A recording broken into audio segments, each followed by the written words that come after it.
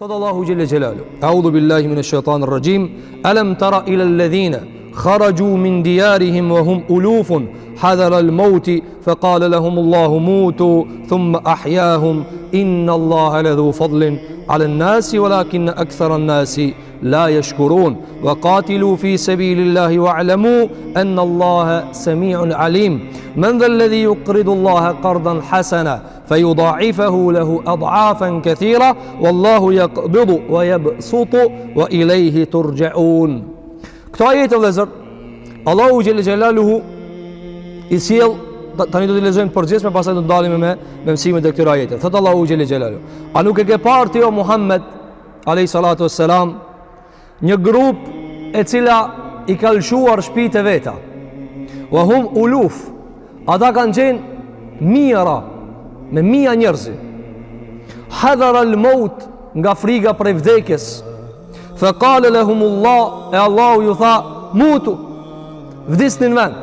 Kanë hikë për vdekjes, Allahu në vend, duke morë hujum, I kalon të vdekur. Thot Allahu xhelle xhelalu, thumma ahyahum, e pasi kanë vdek të krejt, Allahu xhelalu ka thonë, e tash ngjalluni. Thot Allahu xhelalu ala, inna Allahe ledhu fadlin ala nas. Allahu ka shumë begati mbi njerëz, shumë begati dhe mirësi mbi njerëz. Mirë po shumica e njerëzve nuk falënderojnë. Shumica e njerëzve janë mohues. Allahu na ruaj nga mohimi. Thot Allahu xhelle xhelalu, wa qatilu fi sabilillah. Dhe luftoni në rrugt të Allahut subhanahu wa taala dhe dijeni se Allahu është dëgjues dhe I dijshëm. Pastaj thot Allahu xhelle wala, kush është ai që jep Allahut borxh? Kush është ai që po jep Allahut borxh? Një borxh të mirë, qard, kredit, I jep Allahu xhelle wala borxh. Fa yudha'ifahu lahu ad'afa kathira. E Allahu atë pare kur t'ja jep Allahut, t'ja shumëfishoje me një shumëfishim shumë të madh. Thot Zoti jon te bareke ve teala, Allahu yaqbidu. Allahu e shtrëngon dhe e kap. Pra, do ta shohim më andej. Allahu e shtrëngon dhe ai e zgjeron. Wa ilayhi turja'un. Dhe krejt njerëzit kthehen te Zoti vet te bareke ve teala. Pra krejt kthehen njerëzit te Allahu te bareke ve teala.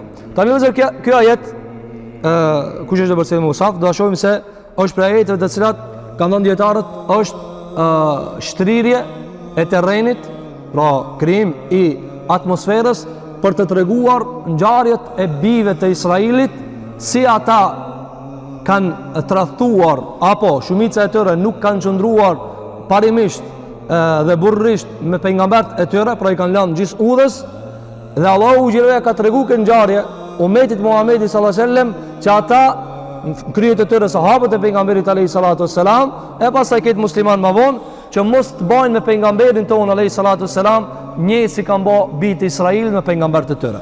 Dhe kjo do të shihet më qartë kur dim të ajetit tjetër, alam tara ila al-mala'i min bani Israil. Allahu e konkretizon një ngjarje me një pejgamber që Allahu xhelalu ala vet me kërkesën e tyre që t'u bëhet obligim lufta, u ka bë obligim, u ka çu pejgamberin, u ka dërguar komandantin dhe kanë dezertu. Prandaj kjo ajet 243 është përgatitje e terrenit për umetin e Muhamedit sallallahu alaihi wasallam, se jeta dhe vdekja është ndër Zotit. Nuk e afron dhe nuk e vonon frika njeriu. Sado që ai të merr sebepe, sado që ai njeriu të merr manovër dhe të bën plan dhe të bëjë çfarë doje me inteligjencën e tina, ajo nuk I bën dobi. Që do ta shohim me lenin Allahu te bareke ve teala. Andaj, për shkak se umeti Muhamedit alayhi salatu wassalam është umet me barr, me përgjegjësi, me amanet. Amanetin I pari kush e ka marrë? Muhamedi alayhi salatu wassalam. E Muhamedi alayhi salatu wassalam vëllezër ka vdek. Dhe ai nuk ngjallet më deri në kiamet alayhi salatu wassalam. E këtë amanet të Muhamedit alayhi salatu wassalam kush duhet me marrë? Umeti I tij. Umeti I tij. Mirë po Allahu xhelalu çfarë thot? Ky amanet nuk mahet me teori, nuk mahet me filozofi, por kjo do një lloj guximi të shtuar dhe një lloj ballafaqimi me jetën, me kretat të hidhurat e saja, që dërgohet amanetin në vend. Edhe nëse kjo bartje e amanetit kërkon që njeriu me edhe në shpirtin e vet. Andaj çka tha Allahu xhelalu ala? Ai ke pati o Muhammed alayhi salatu wassalam, ata që kanë ikë për vdekjes, Ka ardhur di komente. I ka transmetuar Imam Ibn Gjeriri nga mufesirat e muslimane se kjo ngjarje ka zbrit për bijtë e Israilit me ixhma. Kjo ngjarje është për bijtë e Israilit. Argumenti është më vonë se vjen alam tara ila al-mala'i min bani Israila. Ngjarja është për bijtë e Israilit. Çka janë kon tu hik, për çka janë kon tu hik, kanë ardhur dy komente nga të parët e muslimanëve. Komenti i parë ka ardhur hadar al-maut, nga frika e vdekjes prej sëmundjes së pandemisë që i ka kapur. Kjo është komenti i parë. Dhe komenti i dytë është se ata kanë hik prej vdekjes duke lanë luftën në rrugt të Allahu xhelel xhelalu.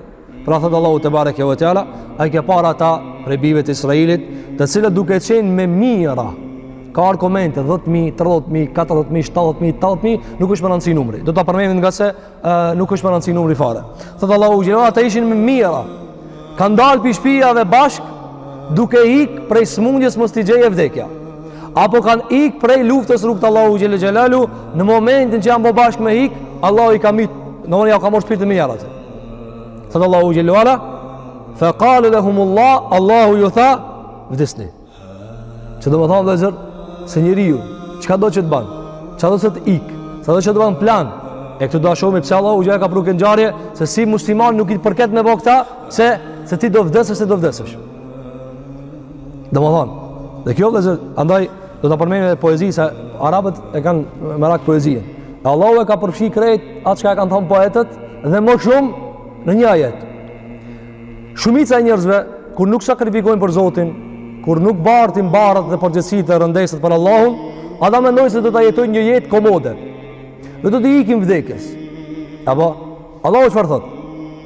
Si ka mundësi njëri me mend, i cili e din se s'ka ikje për vdekjes, pse s'po rri aty ku fitimi i madh? O ti s'ki mundësi mos me dek. Apo kjo çështja e prerë. S'ki mundësi mos me dek. Atar këshir vdes diçka të madhe. Edhe ka thënë poeti, fa ta'mul mauti fi amrin haqirin ka ta'mil mauti fi amrin adhim. Ka thënë Ebu Tayyib el-Mutanabbi, poeti i madh i Abbasive në shekullin e 4, ka thënë shija e vdekjes në punët e vogla është si shija e vdekjes në punët e mëdha. A vdiqe tu pi çaj, a vdiqe në rrugt të Allahut nisoja. A vdekje tu ik, a vdekje tu përballu, tu ballafaqu nisoja. Mon supozoj njëri ik, e za vdekja. Çfarë shije ka ajo vdekje kur tu ik? E njëjtë sikur ai i cili e ballafaqu. Sepse vdekja është një proces. Andaj Zoti jon te bareke ve teala çfarë thot? Shiko Muhammed, këta kanë hik uluf me mia dhe pikit këtyre mijave një mesëm s'ka dalë më u thon, mos hikni se s'hikët. Me pa një njeri tu ik, çu tu ik. Dhe këtë na ikim vëllazër. Po e mshef me këtë ikme. Si e mshef me këtë ikme? Nuk kallëzohemi. Po njeriu ik për vdekjes. Allahu ja ka pranuar shumë ajete se njeriu ik. Andaj Khalid ibn Walidi kur ka ndruar jetë, ka ndruar jetë në Damask, ka ndruar jetë në shtrat. Ka ndruar jetë në shtrat. Dhe ka thënë fala namat a'yunul jubana. Mos bafshin të tavecat. Ka thënë nëse ikni për vdekjes, nëse i ikni sakrificës prej tutës për vdekjes, marrëm një shembull mua. 100 lufta kam prezantuar. Asë një pjesë e trupit tem nuk është pa goditjes shpatës, shigjetës, grushtit dhe gjithë shka. Ka thonë dhe ja unë po vdes si devja që vdes. S'kom deka gjë. Edhe njëjtë ka ardhur nga Ebu Ubejdin në Gjerrah, i cili bashkë me Khalid ibn Walidin me qindra lufta kanë marrë pjesë, 2 kanë dek në shtrat. A mund të vëzë? Khalid ibn Walidi atë shumë ka bo luftë rrugt Allahu xhelala, ka hip në kalin në kam. Edhe në kali hipët i ullur.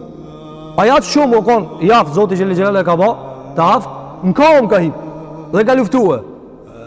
Dhe ka hi, ku mundet e ku s'mundet të gjeje vdekjen, se ka gjetë.